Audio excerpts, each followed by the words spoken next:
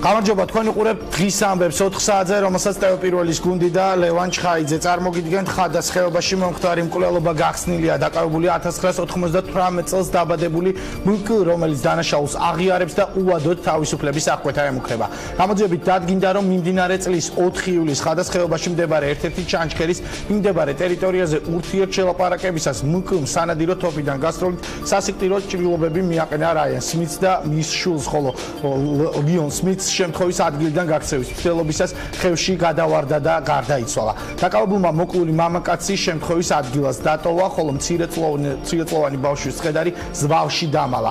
გამოძიების ფარგლებში გარდაცვლილთა ცხედრებს უტარდება რამდენიმე სახის ექსპერტიზა, ჩადენილი დანაშაული ითვალისწინებს უვადოდ თავისუფლების აღკვეთას, ბრალდებულის შერაცხადობასთან დაკავშირებით კი ჩატარდება ფსიქიატრიული ექსპერტიზა. გარდაცვლილები საქართველოში 6 წელზე მეტია ცხოვრობდნენ, ისინი ორმაგ მოქალაქეობას ფლობენ საქართველოსა და ამერიკის შეერთებული შტატების. რაც შეეხება დანაშაულის მოტივს, წინასწარი ინფორმაციით მკვლელობის მიზეზი ურთიერთშელაპარაკება გახდა. რაც შეეხება სხვა მნიშვნელოვან თემებს, ვინ მიდის, ვინ რჩება და ვინ მოდის, პრემიერი მამუკა ბახტაძე 10 ივლისს დროებითი მთავრობის ბოლოს ხდომას გამართავს. ჯერჯერობით უცნობია ახალი კაბინეტის შემადგენლობა, მაგრამ კულუარებში უკვე ვრცელდება ინფორმაცია შემადგენლობასთან დაკავშირებით. თანამდებობას ინარჩუნებს იუსტიციის მინისტრი თეა წულუკიანი, რომელიც დღეს დაბრუნდა შვებულებიდან. ეკონომიკის მინისტრის პოსტზე შესაძლოა გიორგი ქობულია დაინიშნოს. ფინანსთა მინისტრის თანამდებობაზე განიხილება დავით ამაღლობელის კანდიდატურა. საგარეო საქმეთა სამინისტრო შესაძლოა ამერიკაში საქართველოს ელჩმა დავით ბაქრაძემ ჩაიბაროს, ბაქრაძის გვარმა გაიჟღერა შესაძლო საპრეზიდენტო კანდიდატადაც. ჯერჯერობით უცნობია, ვინ გახდება მცირე მთავრობის ერთ-ერთი ყველაზე დიდი სამინისტროს, განათლების, მეცნიერების, კულტურისა და სპორტის სამინისტროს პირველი პირი. არაოფიციალური ინფორმაციით, კულტურის მინისტრმა გიორგაძემ და განათლების მინისტრმა ჩხენკელმა ახალ სამინისტროში შესაძლოა მინისტრის მოადგილეების პოსტები დაიკავონ. თანამდებობებს შეინარჩუნებენ ძალოვანი მინისტრები და ინფრასტრუქტურის მინისტრი, ასევე სოფლის მეურნეობის მინისტრი. მთავრობის ახალი შემადგენლობა პარლამენტმა 14 ივლისს საგანგებო ხდომაზე უნდა დაამტკიცოს. მთავრობაში დარჩენა არ დარჩენაზე კომენტარი გააკეთა თეა წულუკიანმა. მინისტრებს ნიშნავს პრემიერი და ეს არის მისი კომპეტენცია, აცხადებს იუსტიციის მინისტრი. რაც შეეხება მინისტრი დარჩება თუ არა პოზიციაზე, ამას არც ერთ ქვეყანაში თავად მინისტრი არ წყვეტს. ის იღებს ბოლოს სურს თუ არა დარჩეს პოზიციაზე ამ გადაწყვეტილებას. ამ გადაწყვეტილების მისაღებად ჯერ ნაადრევია, იმიტომ რომ კანონები უნდა გამოქვეყნდეს, რომელმაც მცირე მთავრობის კონცეფცია უნდა შემოიტანოს ჩვენს ქვეყანაში. ამის შემდეგ კანონით დადგენილი წესით საქართველოს პრემიერ-მინისტრი წარმოადგენს შემადგენლობას. თეა წულუკიანი ადასტურებს, რომ არის მთავარი პროკურორობის კანდიდატის შალვა თადუმაძის შვილის ნათლია. წულუკიანმა თქვა, რომ მას ყველა კანდიდატთან აქვს კითხვები, მაგრამ აპირებს, რომ თავი შეიკავოს კითხვების დასმისგან და შესაძლოა არც კენჭისყრაში მიიღოს მონაწილეობა. ამივე კანდიდატი არის ჩემი აზრით ღირსეული, მაგრამ პასუხობენ ისინი თუ არა და რომელი მათგანი საპროკურორო საბჭოს მოლოდინებს, სადაც პროკურორები, მოსამართლეები, ადვოკატთა ასოციაციის წარმომადგენლები და აკადემიური წრების წარმომადგენლები, დეპუტატები არიან. ამას ნახავთ საბჭოს ხდომის კვალდაკვალ. ჩემი ნათესავი თადუმაძე არ არის, მე ვარ მისი შვილის ნათლია, მე ის გავიცანი პოლიტიკურ ბრძოლაში. რაც შეეხება საბჭოს, მე ყველა კანდიდატთან მაქვს კითხვები. იმას ვერ გათქმევინებთ, რომ სხვა კანდიდატებთან კითხვები არ ჩდება.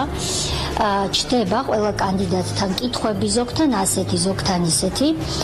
თუმცა მე ვფიქრობ, რომ საბჭოს ხდომაზე მე მაქსიმალურად თავ შევიკავებ კითხვების დასმისგან, მათ შორის ერთ-ერთი კანდიდატისადმი, რომელთანაც მაქვს ძალიან დიდი კითხვა, ამ კითხვას არ დავსვამ და შეიძლება კენჭისყრაშიც არ მივიღო მონაწილეობა.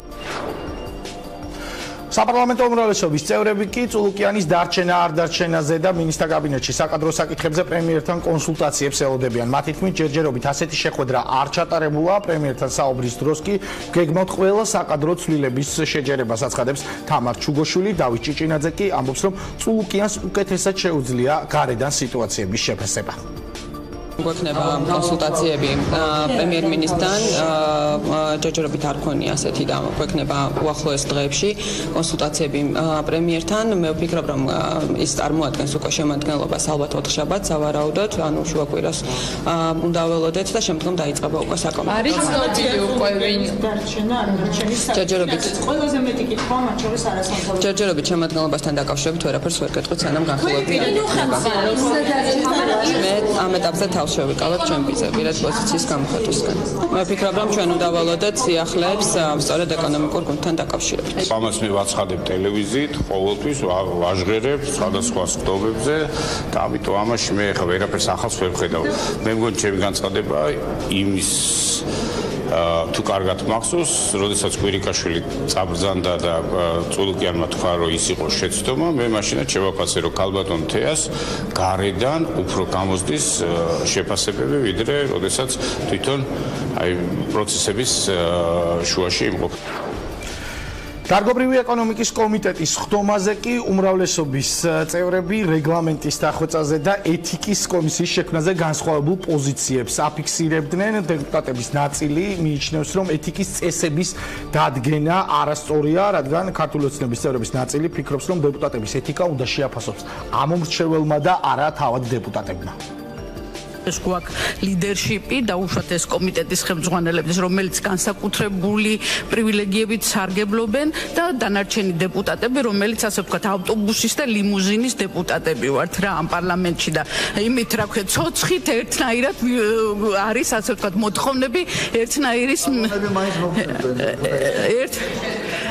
ხო, ერთმანეთში ასე ვთქვათ, იმას კრიტიკა ერთნაირად მოდის, ყველა მე ვიზიარებ ამ კრიტიკასაც, იმიტომ რომ დამოუკიდებლად ეს არ ხდება. პრამეთში ჩამოდის ის პირველი რობოტი, ხო, ქალბატონი, ეხლა რაღაცებს ხომ თან ბატონ არჩილს ვთხოვდი და იქნებ თქვენც აი რაღაცა, მე მგონი ავტორი ბრძანდებით ბატონო არჩილ ამ რეგლამენტის და აქ დაუძახოთ აქ ავტორებს, იქნება არიციან რაზე აქ თხელი მოწერილი, ეხლა ჩვენ პარლამენტში ხშირად მოხდარა ხოლმე ესეთი რაღაცა დავით დაასრულოს თუ შეიძლება და ასევე გადავცე ბატონ დავითს და ერთ წუთით მოვამზადე სპეციალურად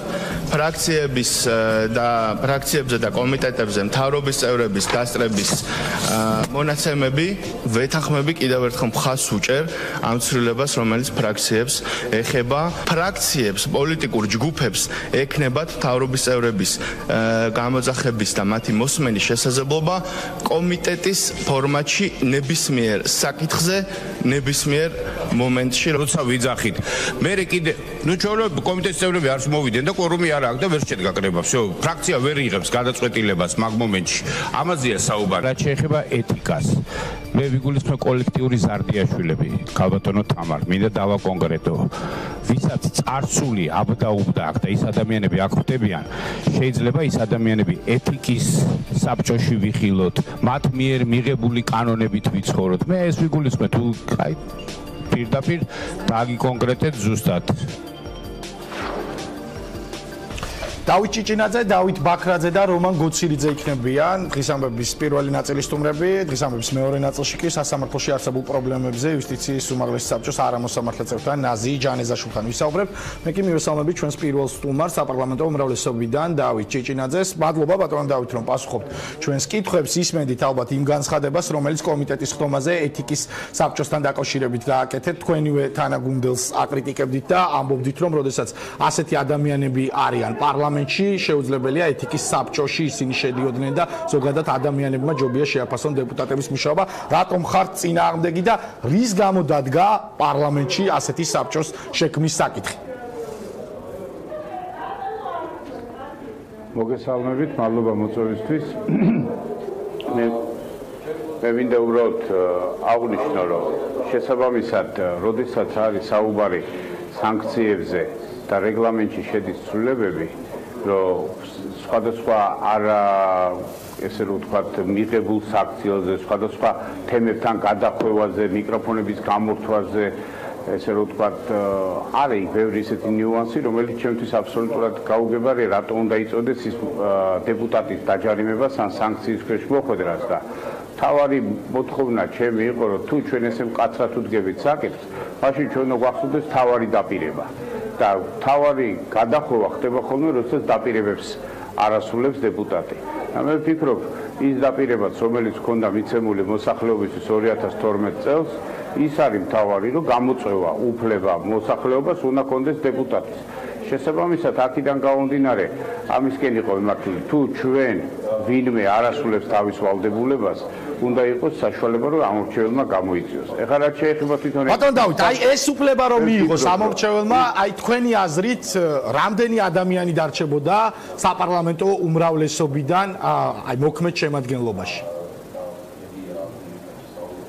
არ ვიცი, სიმართლე გითხრათ, მაგრამ მე ვფიქრობ, რომ ყველა დეპუტატი პასუხისმგებელი უნდა იყოს არა ვთქვათ არჩევნების წინ, ამორჩევლის წინაშე, არამედ მთელი იმ პერიოდის განმავლობაში, როდესაც ის არის არჩეული. არ შეიძლება სადღაც პასუხისმგებლობა აიღოს, შემდეგ ის არ შეასრულო, მერე შემდეგი 4 წელიწადი კიდე ესე რომ ვთქვათ, სხვა ოლქში გადაბარგდე, შემდეგ იქ მიცე დაპირებები და ან შემდეგ საბოლოოდ სიაში გადაბარგდე, რო იტყვიან რა და აქედან გამომდინარე, ამ პოლიტიკური გემოვნებები გეცვლებოდეს, თუნდაც როგორც კი ხელისუფლება იცვლება იმის მიხედვით და შენ შესაბამისად ამორჩეველი როცა გირჩევ, შენ გირჩევს გარკვეული პოლიტიკური შეხედულებების გამო. და აქედან გამომდინარე, მე ვფიქრობ, ის დაპირებები, რომელსაც იძლევა გუნდი, ის უნდა იყოს მთავარი კრიტერიუმი დეპუტატის საქმიანობის განსაზღვრელი, როგორ ასრულებს ის მას. და ეთიკის საბჭოსთან და ეთიკის კოდექსთან დაკავშირებით ეხა ზოგადად კარგად განმარტა ბატონმა მირიანმა მშვენივრად და მე უბრალოდ ერთი რაღაცა მინდა ხაზგასვით აღვნიშნო, რომ ადამიანები, რომლებიც ყველაფერს ერგებიან, არ შეიძლება ის ადამიანები ამ ქვეყანაში ეთიკის საბჭოში ვიხილოთ და შესაბამისად ისინი სხვა დეპუტატების საქმიანობას აფასებდნენ. თქვენს გუნდში არიან დღესაც ადამიანები, რომლებიც მეორე მოწვევის პარლამენტის დეპუტატები არიან და იყვნენ სხვა ოლქში მაჟორიტარები და ახლა სხვა ოლქში გაიმარჯვეს. თუმცა კითხავდით თეა წულუკიანის საკითხთან დაკავშირებით, რჩება თუ არა ის იუსტიციის მინისტრის თანამდებობაზე, თქვენ საპარლამენტო უმრავლესობიდან ერთ-ერთი ხართ, რომელიც წინააღმდეგი ხართ მისი ამ თანამდებობაზე დარჩენის. რა ინფორმაცია გაქვთ? არ ვიცი, მე დაველოდები ყოველ შემთხვევაში, მე როგორც ესეთი ვთვლი, რომ გამოვაქვეყნებ Facebook-ზე მიმართვას, ჩემი ამორჩევლის მიმართ, რა კითხვები გააჩნიათ მათ და რა მოსაზრებები ახალ მინისტრთა კაბინეტთან, როდესაც ის იქნება წარმოდგენილი და შესაბამისად ამ კითხვებს დაუსვავ პრემიერ-მინისტრობის კანდიდატს და იმ მინისტრებს, რომლებიც იქნებიან წარმოდგენილი და მიღებული პასუხებით მე ვფიქრობ, მივიღებ გადაწყვეტილებას. და მე ვთვლი, რომ დეპუტატი ზოგადად ესე უნდა იქცეოდეს, ის უნდა იყოს მუდმივ კომუნიკაციაში თავის ამორჩეველთან და იზიარებდეს მათ მოსაზრებას. თქვენ რა პრეტენზიები გაქვთ თეა წულუკიანთან? თქვენი თანაგუნდელები, პარტიის ლიდერები ამბობენ, რომ მან ძალიან ბევრი სერიოზული რეფორმა გაატარა, რთული სამინისტრო აბარია და ის იყო წარმატებული მინისტრი, თუმცა საპირისპიროს ამბობენ არასამთავრობო სექტორის წარმომადგენლები, ჟურნალისტები და ასევე ძალიან ბევრი ოპოზიციის ლიდერი და პირდაპირ მას ადანაშაულებს თქვა სასამართლოს პრობლემებში, პროკურატურაში არსებულ პრობლემებში და მას აკისრებს ამ ყველაფერზე პოლიტიკურ პასუხისმგებლობას. თქვენ რა პრეტენზიები გაქვთ თეა წულუკიანთან? მე ხა პრეტენზიები ხმამაღალი ნათქვამია, მაგრამ უბრალოდ საზოგადოებრივი აზრი, რომელიც არსებობს და ზოგადად მე თავარ შეცდომად ვთვლი არასრულწლოვანების მართლმსაჯულების კოდექსის მიღებას და სულ ახლახანს იყო გასული რაღაც სიუჟეტი, მე მგონი 2-3 დღის წინ, როდესაც 14 წლის მოზარდი პოლიციამ დააკავა და მას 80-მდე ქურდობა ჰქონდა. აი ამ პრობლემებზე ვარ ჩვენ ორიენტირებული, რომ აი ამ მართლმსაჯულების კოდექსმა შექმნა მცირეწლოვანებისთვის საკმაოდ ისეთი კომფორტული გარემო, ისინი ჩადიან დანაშაულს და პასუხისმგებლობა არ აკისრიათ და პოლიცია შესაბამისად ძალიან უჭირს მე ამ ადამიანების პასუხისმგებლობაში მიცემა. მე ვფიქრობ, ეს ქმნის სირთულეს, იმიტომ რომ 14-15 წლის მოზარდი ეს არ არის ეხა ისეთი პატარა მოზარდი, რომელიც თქვა იმ დანაშაულს არ ჩადიოდეს შეგნებით.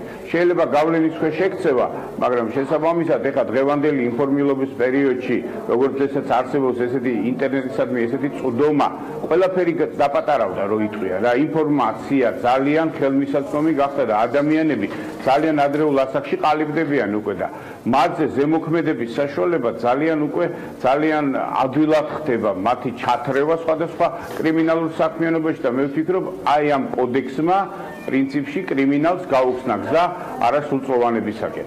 მეორე უვადოთ მოსამართლეების დანიშვნასთან დაკავშირებით მე ვფიქრობ ძალიან ბევრი კითხვა არსებობს ეს ჩვენ პარტნიორებსაც გააჩნიათ. აქედან გამომდინარე არის ეს ისეთი გადაცდომა მე ვფიქრობ რომელიც თქვათ შესაბამისად კითხვებს აჩენს და საზოგადოებასაც თქვათ გარკვეული კითხვები გააჩნია და მე ამიტომ ვიძახი რომ ეს მაინც დეპუტატები უნდა ხელმძღვანელობდეთ საზოგადოების აზრის გათვალისწინებით რადგანაც შემდეგ არჩევნებზე როდესაც მიხვალ ყველა ეს კითხვა ყველა ეს არ გათვალისწინებული მათი მოსაზრება დახვდება წინ.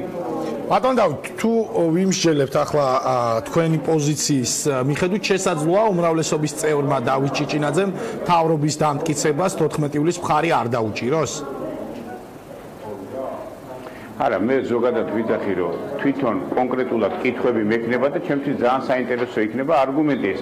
მოსახლეობის ჩემი ამორჩევლის პოზიცია და რაც შეეხება ძირითადად თქვენ მოგეხსენებათ რომ მე მხარს უჭერ ბახტაძის კაბინეტს იქიდან გამომდინარე მისი ეკონომიკური პოლიტიკიდან გამომდინარე, მისი თქვა ჭარბვალიანობასთან შეხედულებიდან გამომდინარე და აი ეს ახალი მინისტრები, რომლებიც იქნებიან წარმომადგენლები, მე შევხედავ მათ ხედვას, რამდენად ემთხვევა ის პრემიერ-მინისტრის ხედვას და მათ პროგრამას, იმიტომ რომ ის კანდიდატები, რომლებიც სახელდებიან ხანდახან, ზოგიერთი არის საბანკო სექტორიდან და მე საბანკო სექტორის წარმომადგენლებთან დაკავშირებით ცოტა მეტი სკეპტიციზმი გამაჩნია.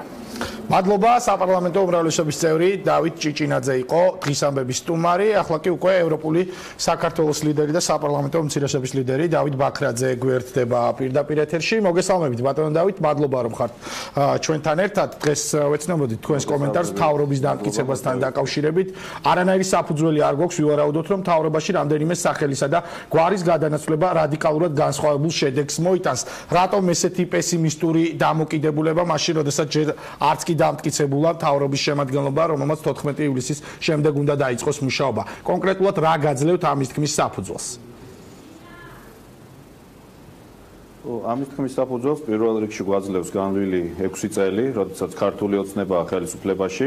ჩვენ მოვისმინეთ ძალიან ბევრი დაპირება, მათ შორის სწორი დაპირებები და ისეთი დაპირებები, რაც ჭირდებოდა ხალხს და შემდეგ ვიხილეთ აბსოლუტურად საპირისპირო შედეგი.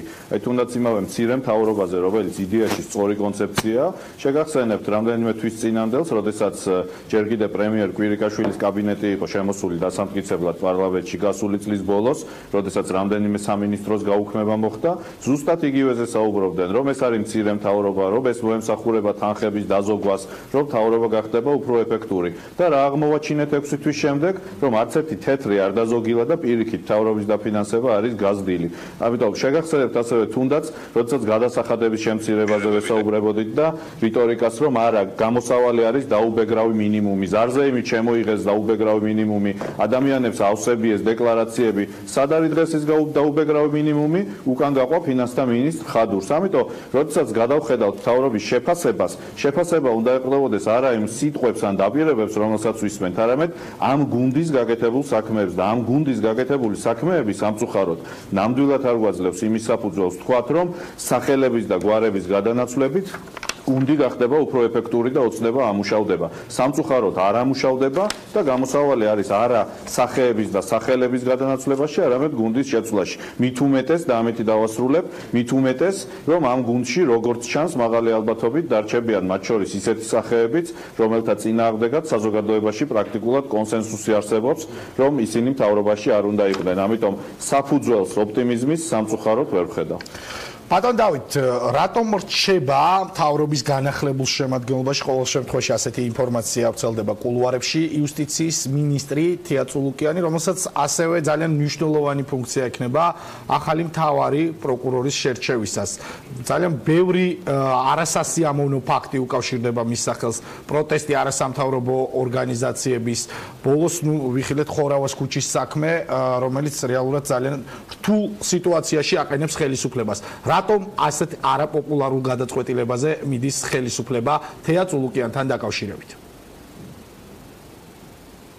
მე ვისურვებდი რომ ამ კითხვაზე მომესმინა უმრავლესობის წევრების პასუხი, იმიტომ რომ დარწმუნებული ვარ, ვერც ერთი მათგანი ჩამოყალიბებულად ვერ გეტყვით, რატომ რჩება თეა წულუკიანი. სიამდვილეში ამის უკან დგას ერთადერთი მიზეზი, რომ ქალბატონი წულუკიანის მინისტრობას განსაზღვრავს არა საპარლამენტო უმრავლესობა, არა თუნდაც პრემიერი ბახტაძე, არამედ ბატონი ივანიშვილი და მის პირად სურვილზეა დამოკიდებული იქნება თუ არ იქნება ქალბატონი წულუკიანი ან ნებისმიერი სხვა მინისტრად. ამიტომ მართლაც მაინტერესებს ამ კითხვაზე უმრავლესობის წევრების პასუხი, იმიტომ რომ მათი გადასაწყვეტი უნდა იყოს რატო არის წულუკიანი. მე შემიძლია ჩემი მხრიდან მხოლოდ გითხრათ, რომ მამუკა ბახტაძისთვის, რომელიც ახალი მოსულია პოლიტიკაში, თეა წულუკიანი იქნება ძალიან მძიმე ტვირთი.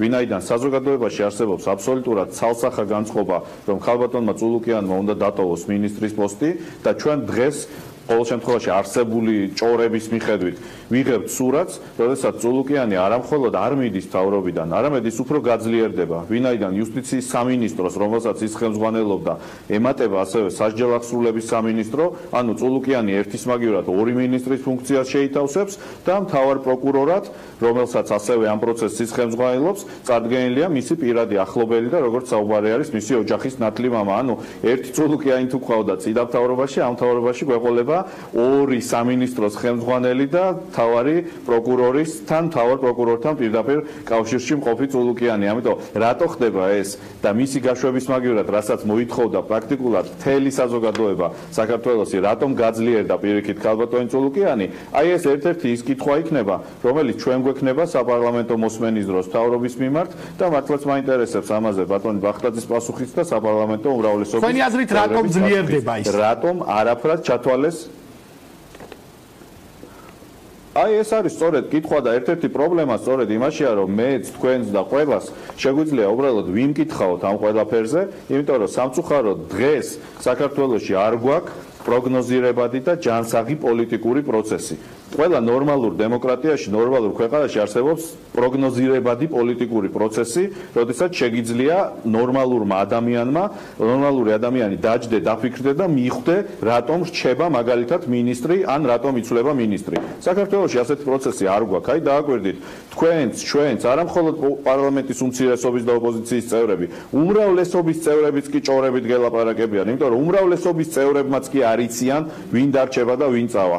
და როდესაც დღეს ბევრი მათგანი ბრძნული სახით გეუბნებათ, რომ იცით რა, დაველოდოთ პრემიერი რა სიტყვის, ძალიან მარტივია, მათ უბრალოდ არიციან, ვინ იქნება ახალ მთავრობაში, მიუხედავად იმისა, რომ ეს მათი გადასაწყვეტია. ამიტომ პრობლემა ერთ-ერთი საქართველოში და არაფორმალური მართვის ერთ-ერთი პრობლემა გახლავთ სწორედ ის, რომ არ არსებობს ლოგიკური პოლიტიკური პროცესი, არ არსებობს ანგარიშვალდებულება ხალხის მიმართ, არ არსებობს ხალხის აზრის გათვალისწინება. ყველაფერი აწყობილია სუბიექტურ სიმპათია, ანტიპათიაზე ერთი ადამიანის მხრიდან მომავალზე და ამიტომ ასეთ კითხვაზე პასუხი, თქვენს კითხვაზე პასუხი ჩემთვის სამწუხაროდ შეუძლებელია. მე გიპასუხებდით პოლიტიკური ლოგიკის ფარგლებში, მაგრამ არანაირ პოლიტიკურ ლოგიკაში ქალბატონი წულუკიანის გაძლიერება არ ჯდება, როგორც ჩანს ეს გამომდინარეობს პიროვნული სიმპათიის ლოგიკიდან და ამაზე მე ნამდვილად ვერ გიპასუხებთ, მაგრამ კიდევ ვიმეორებ, პრობლემა არის ბევრად უფრო ღრმა, ვიდრე ერთი თეა წულუკიანი. პრობლემა არის იმაში, რომ დღევანდელ სისტემაში არ არსებობს გამჭირვალე და პროგნოზირებადი პროცესი,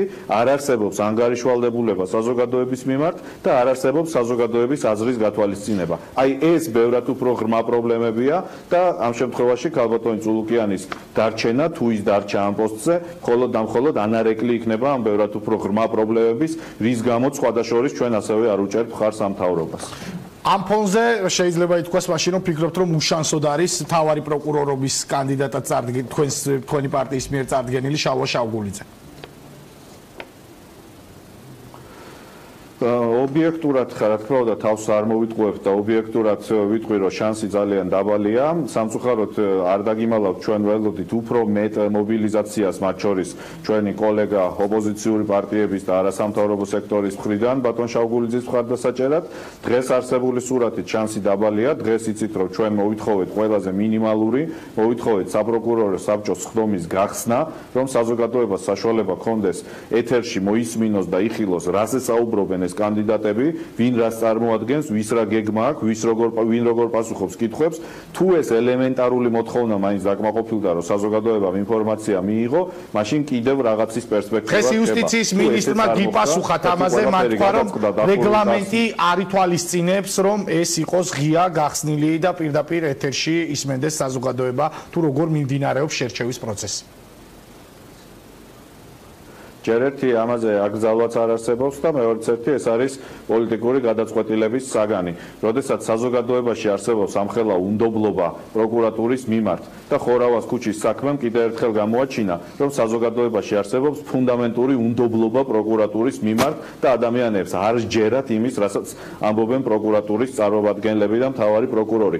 როდესაც საზოგადოებაში არსებობს ამხელა უნდობლობა პროკურატურის მიმართ, როდესაც საზოგადოებაში არსებობს ამხელა უნდობლობა თავად იუსტიციის მინისტრის მიმართ, როდესაც საზოგადოებაში არსებობს ამხელა მოთხოვნა, რომ სისტემა შეიცვალოს, გაიხსნას და ეს სისტემა, ეს დახურული სისტემა მართლაც ერთხელ და სამუდამოდ ჩაბარდეს წარსულს და გარდაიქმნას, აი ამ ხელა მოთხოვნის და უნდობლობის ფონზე ამოეფარო რეგლამენტს და ისაუბრო, რომ თურმე რეგლამენტში არ წერია, ძალიან არასერიოზულია. ყველაფერი მიდის პოლიტიკურ ნებამდე და თუ ამისი პოლიტიკური ნებაც კი არა აქვს ხელისუფლებას, რომ გახსნას და საზოგადოებას მოასმენიოს, რაზე უნდა ისაუბრონ მომავალმა მთავარმა პროკურორებმა, მაშინ რა თქმა უნდა ვერანაირ ცვლილებას და უკეთესობას და მათ შორის ბატონ შავგულიძის დამტკიცების იმედზეც ნამდვილად ვერ ვიქნებით. და ბოლოს კითხავთ საპრეზიდენტო კანდიდატთან დაკავშირებით, როგორც ვიცი 21 ივლისს წარადგენს ევროპული საქართველოს საპრეზიდენტო კანდიდატს. იქნება ეს დავით ბაქრაძე თუ რომელიმე სხვა ლიდერზე შეჩერდება არჩევანი? წეგან დამეშვით კითხვა, რომელზეც ვერ გიპასუხეთ, ვინაიდან ეს იყო უმრავლესობის წევრების საპასუხო კითხვა, თოდის გიხდით, მაგრამ ეს ისევ ის კითხვა, რომელზეც პირდაპირ ვერ გიპასუხებთ, ვინაიდან პატივსცემ პარტიას, პატივსცემ იმ პროცედურას და რეგლამენტს, რომელიც პარტიაში არსებობს და ჩვენი, როგორც პარტიის ამბიცია ნამდვილად არის, რომ ჩვენ არ ვართ ერთი ადამიანის პარტია, ეს არ არის პარტია, სადაც დათო ბაქრაძე გამოაცხადებს, ვინ იქნება საპრეზიდენტო კანდიდატი. ყველაფერს ექნება თავისი წესი, იქნება პარტიის ყრილობა, იქნება პარტიის პოლიტსაბჭოს ხდომა და კანდიდატი, ვინც იქნება კანდიდატი, იქნება პროცედურის და წესის მიხედვით პარტიის წარდგენილი კანდიდატი. ამიტომ ჩემგან ძალიან არასწორი იქნება დღეს კონკრეტულ სახელზე და გვარზე საუბარი, დაველოდოთ 21-ს, ისევ მეორე ბოდიშს გიხდით თქვენს და მაყურებელსაც, მაგრამ მე როგორც ამ პარტიის თავმჯდომარე ვალდებული ვარ პატივი ვცე პარტიის წესებს, ვალდებული ვარ პატივი ვცე იმ პოლიტსაბჭოს წევრებს და პარტიის წევრებს, ვინც უნდა გააკეთოს ეს არჩევანი და ვინც უნდა აირჩიოს კანდიდატი, რომ მან წარადგინოს პარტია და ამიტომ ჩემგან როგორც პარტიის თავმჯდომარისგან ნამდვილად არასწორი იქნება წინასწარ რაიმე კონკრეტულის გახმოვანება. მე პატივს ვცემ პარტიის გადაწყვეტილებას, დაველოდოთ, ყველაფერს აქვს წესი და ძალიან მნიშვნელოვანია, რომ საქართველოში დავამკვიდროთ წესი, როდესაც განსხვავებით ქართული ოცნებისგან, სადაც დახურულ კარს მიღმაწყდება ყველაფერი, განსხვავებით ზოგიერთი სხვა პარტიისგან, ევროპული საქართველო არის პარტია, სადაც მისი თავმჯდომარე არ იღებს გადაწყვეტილებას, სადაც მისი თავმჯდომარე ეთერში არ აცხადებს, ვინ იქნება კანდიდატი, არამედ ყველაფერს გადაწყვეტს პოლიტსაბჭო, გადაწყვეტს პარტია და ამიტომ მოგვიწევს სამწუხაროდ, მოგვიწევს დაველოდოთ სამწუხაროდ თუ საბედნიეროდ, მოგვიწევს დაველოდოთ პარტიის ყრილობას. დაველოდოთ 21 ივლისს, თუმცა ჩემს ხელთ არსებული ინფორმაციით დავით ბაქრაძე იქნება ევროპული საქართველოს საპრეზიდენტო კანდიდატი და შეგგვირდით, რომ იქნებით შემდეგ სტუმარი მალევე, მას შემდეგ რაც დასახელდებით საპრეზიდენტო კანდიდატად, თუ ასე იქნება. მე როგორც ვიცი, ასე იქნება. მადლობა ევროპული საქართველოს და საპარლამენტო უმცირესობის ლიდერს. თქვენი სტუმარი ნებისმიერ შემთხვევაში დიდი სიამოვნებით ვიქნები საპრეზიდენტო კანდიდატი თუ არა, ნებისმიერ შემთხვევაში თამამად გვპირდებით, რომ შესაძლებლობის ფარგლებში ყოველთვის ვიქნები თქვენი სტუმარი. მადლობა საპარლამენტო უმცირესობის ლიდერს დავით ბაქრაძეს, რომელიც პასუხობდა ჩვენს კითხვებს. ახლა კი კიდევ ერთი საპარლამენტო ოპოზიციური ძალა, ერთიანი ნაციონალური მოძრაობის წევრი რომან გოცირიძე არის ჩვენი სტუმარი. მოგესალმებით ბატონო რომან. სამთავრობო ცვლილებები, რომელზეც ჯერჯერობით საპარლამენტო უმრავლესობას ინფორმაცია არ აქვს, თუმცა უკვე კულუარებში ჟღერდება კონკრეტული სახელები, გვარები და მათ შორის ის ფაქტიც, რომ იუსტიციის მინისტრი თეა წულუკიანი შეინარჩუნებს მომავალ კაბინეტში ადგილს. რატომ მიდის ხელისუფლება ასეთ არაპოპულარულ გადაწყვეტილებაზე, როდესაც რჩება პოსტზე წულუკიანი, რომლის მიმართაც ძალიან ბევრი კითხვები და უკმაყოფილება არსებობს? მოგესალმებით. ძალიან დიდი წარმოდგენა გქონია თქვენ ხელისუფლებაზე. ხელისუფლება კი არ მიდის ამ ნაბიჯზე, არავინ არ ეკითხება ხელისუფლებას. ანუ ვინ არის ხელისუფლება? ხელისუფლება არის პრემიერ-მინისტრი. და თქვენ გონიათ, რომ პრემიერ-მინისტრს უნდა წულუკიანი დანიშნოს იუსტიციის მინისტრად? ან ხელისუფლება არის პარლამენტი? აქ ამ პარლამენტში ძალიან კარგად ვიცით რა ხდება, იმიტომ რომ რაღაცა ინფორმაციები ყოველთვის ჟურნალს ან იცვლება, ასე ვთქვათ. არავის უნდა წულუკიანი იუსტიციის მინისტრად. და თქვენს გადაცემაში აი ახლა ჩემს წინ, როდესაც გამოდიოდა საპარლამენტო უმრავლესობის წარმომადგენელი, მან თქვა, რომ მას არ სურს, რომ წულუკიანი იყოს წარმოდგენილი. წულუკიანი არ უნდა არასამთავრობო სექტორს. წულუკიანი არ უნდა ოპოზიციას და საზოგადოებრივი აზრის გამოკითხვის შედეგად წულუკიანი არის ყველაზე არაპოპულარული მინისტრი. მაშინ მართლა რატომ მიდიან ასეთ არაპოპულარულ ნაბიჯზე? მიდიან მეთქე, მეც კი შემეშალა, თქვენი ბრალია, რომ მრავლობის დიდში მალაპარაკობს. რატომ მიდის ის ერთი, ანუ ბრძანებელი აი ამ მიმართულებით? იმიტომ მიდის, რომ მას სურს ადამიანი, რომელიც გააკეთებს შავ საქმეებს. ანუ იუსტიციის მინისტრი, ისევ როგორც გენერალური პროკურორი, უნდა იყოს ადამიანი, რომელიც იკადრებს ყველაფერს. აი ახლა ორი სამინისტრო ერთიანდება. სასჯელ აღსრულებისა და იუსტიციის სამინისტრო. ამ ორი მინისტრიდან ერთ-ერთი უნდა გარჩეს თამაშ გარეთ. და იბადება ბუნებრივი კითხვა. რა თქმა უნდა, თუ ხელისუფლების პოლიტიკა არ იცვლება, ადამიანების გადაადგილებით ბევრი რამ არ იცვლება. მაგრამ ცუდ მინისტრს ჯობია კარგი მინისტრი. ვინ აირჩევდა, ვის აირჩევდა საზოგადოება? კახიშვილს აირჩევდა, რომელსაც მოუწევს სახლში წასვლა. თუ წულუკიანს აირჩევდა, ჯანსაღი და გონივრული გადაწყვეტილება იქნებოდა, რომ თუნდაც კახიშვილი დაენიშნათ, თუ კი სრულ რეფორმას არ მოახდენდნენ აი ამ სისტემაში, ძალოვან სისტემებში და თუ არ იქნებოდა უფრო მეტი ნდობის მქონე იუსტიციის მინისტრი. ნუ რას უკაცრავად? მინისტრი იქნება თეატრულუკიანი, კახიშვილი დიდი ალბათობით დავასახში, ან მოადგილედ დანიშნავენ და ჩააბარებენ, ასე ვთქვათ, იგივე სფეროს. აი ეს არის მთელი ლოგიკა აი ამ ხელისუფლებისა. დავალების შემსრულებლები უნდათ უსიტყვო მორჩილი დავალების შემსრულებლები. და არა ის რომ რაღაც ლეგენდა დადის, რომ თურმე წულუკიანის გაშვება ისე ეშინია ივანიშვილს, იმიტომ რომ ის არის დიდი ინფორმაციის მატარებელი, ყველაფერი იცის, 6 წელი შეუსწავლელი იყო. უამრავი მინისტრი შეიცვალა საქართველოს მთავრობაში, ძალიან ბევრი რამე იცოდნენ, წავიდა მრავალი ძალოვანი, 4 პროკურორი შეიცვალა, რომელმაც რეპრესიები ჩაატარა. და უამრავი ეკონომიკური ბლოკის წარმომადგენელი და ინფრასტრუქტურის მინისტრები ძალიან დიდი ინფორმაციას ფლობდნენ. ვერავის ვერ დააშანტაჟებს. ეს არის სისულელე, მაპატიეთ ამ სიტყვისთვის. მას იმიტომ კი არ ჭირდებათ, რომ ნუ შევქმნით წულუკიანისგან ლეგენდას, რომ ის ახლა წავა და ისეთ განცხადებებს გააკეთებს და ისეთ შავბნელ საქმეებს გამოამზეურებს. არა, წულუკიანი ჭირდებათ მომავალში იმ პოლიტიკის გასაგრძელებად, რაც ხდებოდა. ანუ სწორედ უსამართლო და ძალადობრივი სისტემის შესაძლებლობა. ბატონო რომან, რაც შეეხება ეკონომიკურ პოლიტიკას, 4 პროკურორი გამოიცვალა. ეკონომიკურ პოლიტიკას რაც შეეხება, ახალი პრემიერ-მინისტრი სწორედ ეკონომიკას და სოციალურ მიმართულებას ასახელებს მთავარ პრიორიტეტად. ჩვენ მოვისმინეთ ნაწილი მისი პროგრამიდან. შეძლებს თუ არა ის, რომ უახლოეს თვეებში შეცვალოს დადებითისკენ, ვთქვათ, ტენდენციები და რაღაც გამოჩნდეს ის ნაბიჯები, რომ იცვლება ქვეყანაში სოციალური მიმართულება, ეკონომიკა ვითარდება.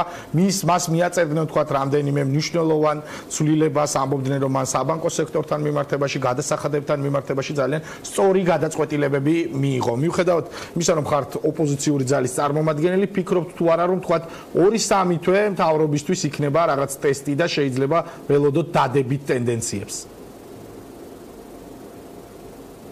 ახალი პრემიერ-მინისტრის პროგრამა, ეს არის სოციალ-პოპულისტური პროგრამა. ერთი არის სოციალისტური, რაღაც საბჭოური იდეების რეანიმაცია და მეორე არის პოპულისტური, რომლებიც აბსოლუტურად არავითარ შედეგს არ გამოიღებს, მაგრამ რაღაც მოსახლეობის გულის მოსაფხანად კეთდება. მაგალითად, ლომბარდებისადმი დევნა. საქართველოში 600,000 ადამიანი მიმართავს ლომბარდს. და ლომბარდი კი არ არის დამნაშავე, რომ ადამიანს უჭირს ელემენტარულად კაპიკები და მიდის და აგერებს ტანსაცმელს, ბეჭედს, აყურეს, ან თუნდაც იმას მანქანას.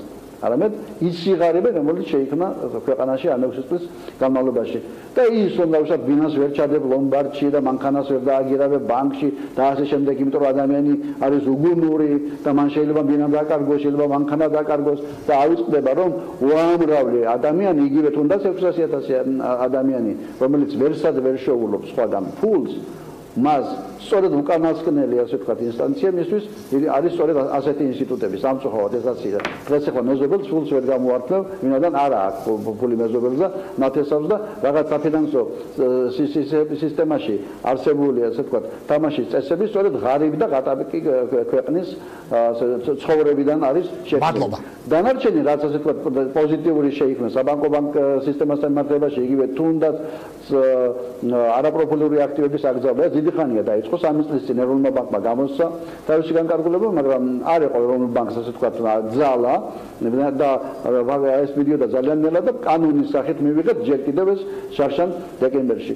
და ერთადერთი პოზიტიური ის აცხადებს, რომ თურმე ანგარიშ ფაქტურა 5-ის ნაცვლად იქნება 1 საგადასახადოში და ამას უწოდა რევოლუცია, სასაცილოა. ერთადერთი პოზიტიური რაც იყო ის ჩვენი კანონი, რაც ნაციონალურ მოძრაობამ წარადგინა, პირადად მე წარვადგინე მცირე ბიზნესის სტატუსის ამაღლება, ნაცვლად 100,000-ისა უნდა ყოფილიყო 200,000, მათ გადაამღერეს ჩვენი კანონი, 200-ის ნაცვლად აწიეს 500,000-მდე, მაგრამ სანაგიეროდ დააკლეს მეორე. ჩვენ ვამბობდით, რომ 200,000-მდე უნდა ყოფილიყო ასევე გათავისუფლებული ბიზნესი დღეგესაგან და ეს გაცილებით უფრო პროგრესული იქნებოდა და უფრო დამაბალანსებელი დიდ და საშუალო ბიზნესს შორის, ვიდრე დავუშვათ ის რაც მადლობა. თუმცა კარგია, რომ რაღაცა კანონი შექმნით და მათ გაიმეორეს. დანარჩენი და არა ერთი წამით უნდა დავამთავრო, ჩვენ დავავიწყდა ამ წულუკიანის და იუსტიციის სამინისტროს ხსენებაში ორი რამ, რომ საქართველოში უნდა დაინიშნოს ფინანსთა მინისტრი და უნდა დაინიშნოს ახალი ეკონომიკის მინისტრი და გამოგრჩა, ასე ვთქვათ, აი ამ რომან გოცილიძე საუბრობდა პარლამენტიდან პირდაპირ ეთერში. მოდით გიხდით ტექნიკური ხარვეზის გამო რეკლამა არის ახლა ჩვენს ეთერში და რეკლამის შემდეგ უკვე იუსტიციის საბჭოს არამოსამართლე წევრი ნაზი ჯანეზაშვილი იქნება ჩვენი სტუმარი.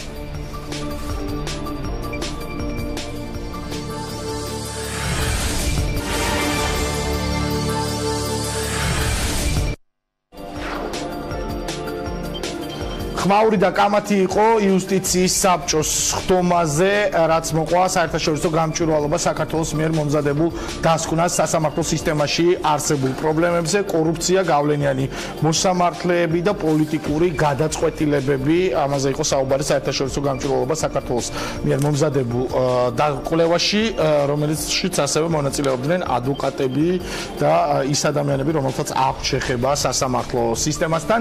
იუსტიციის საბჭოში კამათის ერთ-ერთი ფიგურანტი იყო ნაზი ჯანეზაშვილი, საბჭოს არამოსამართლე წევრი, რომელიც ახლა ჩვენი სტუმარია. მოგესალმებით, ნაზი, მადლობა რომ პასუხობთ ჩვენს კითხვებს. რა იყო კამათის საგანი იუსტიციის საბჭოს ხდომაზე და თქვენ რას იზიარებთ საერთაშორისო გამჭვირვალობის მიერ მომზადებული კვლევიდან? მოგესალმებით, დიდი მადლობა გადაცემაში ჩართვისთვის. ეს ძალიან მნიშვნელოვანი საკითხია, რომელიც ფიქრობ, რომ ფართო საზოგადოების განხილვის საგანი უნდა გახდეს. პირველ რიგში, რა თქმა უნდა, მე ვიზიარებ საერთაშორისო გამჭვირვალობის ანგარიში მოცემულ, ასე ვთქვათ, მიგნებებს, კვლევის შედეგებს, ვინაიდან არანაირი საფუძველი არ მაქვს, რომ შევიტანო ეჭვი ამ კვლევაში, მით უმეტეს, რომ მე გახლავართ საბჭოს წევრი და მაქვს მეც გარკვეული, რა თქმა უნდა, ინფორმაცია ამ საკითხებთან დაკავშირებით. ბუნებრივია, ნათლად ვხედავ, რომ ძალაუფლება ნამდვილად არის ერთი ჯგუფის ხელში, რომელსაც ეს ძალაუფლება შეუძლია გამოიყენოს ნებისმიერი მიმართულებით და სურვილისამებრ მიიღოს გადაწყვეტილებები ამ ათომის საკითხთან დაკავშირებით, ამიტომ ეჭვის საფუძველს არ მაძლევს მე ეს კვლევა ნამდვილად და ვენდობი. ბუნებრივია, თუმცა დღეს საბჭოს სტომაზე ეს საკითხი იყო მწვავე დისკუსიის საგანი და ახლაც მიმდინარეობს მსჯელობა სწორედ ამ თემაზე, რომ რამდენად სანდოა კვლევა და რამდენად უნდა დაეყრდნოს საბჭო აქ მოცემულ შედეგებს, მაგრამ გეტყვით, რომ როგორც მოლოდინი მქონდა, საბჭო კონსტრუქციული არ არის, მათ შორის პირადი შეურაცხყოფების ფონზე განიხილავენ ამ საკითხს, მათ შორის ახსენეს, ასე ვთქვათ, საერთაშორისო გამჭვირვალობის საქმიანობა, მისი დირექტორი, კონტექსტი, რა თქმა უნდა, მისი წარსული გამოცდილება სრულად ამოვარდნილი იყო ამ რეალობიდან და ამ საჭიროებიდან, რაც დღეს საბჭოზე განიხილება, ამიტომ გეტყვით, რომ საბჭო და მოსამართლე წევრები, რომლებიცაც პირდაპირ ეხებათ ეს საკითხი, რადგან მათ ხელშია ძალაუფლება, იყო არაკონსტრუქციული და ახლაც მიმდინარეობს ეს დებატები და აგრძელებენ ამ პრაქტიკას. მადლობა ნაზი ჯანიზაშვილს, იუსტიციის საბჭოს არამოსამართლე წევრი იყო ჩვენი სტუმარი. რამდენიმე წუთში კი ტელეპირველის ეთერში თქვენ გელით საინფორმაციო გამოშვება, სადაც მოისმენთ კომენტარს დაკავებულისა, რომელიც დააკავა შინაგან საქმეთა სამინისტრომ ხადას ხეობაში მომხდარ უმძიმეს დანაშაულზე. ანა ახალაიამ ტელეპირველის ჟურნალისტმა ჩაწერა 1998 წელს დაბადებული დაკავებულის მკ-ს დედა და ჩვენ მოვისმენთ მის კომენტარს რამდენიმე წუთში უკვე საინფორმაციო გამოშვებიდან.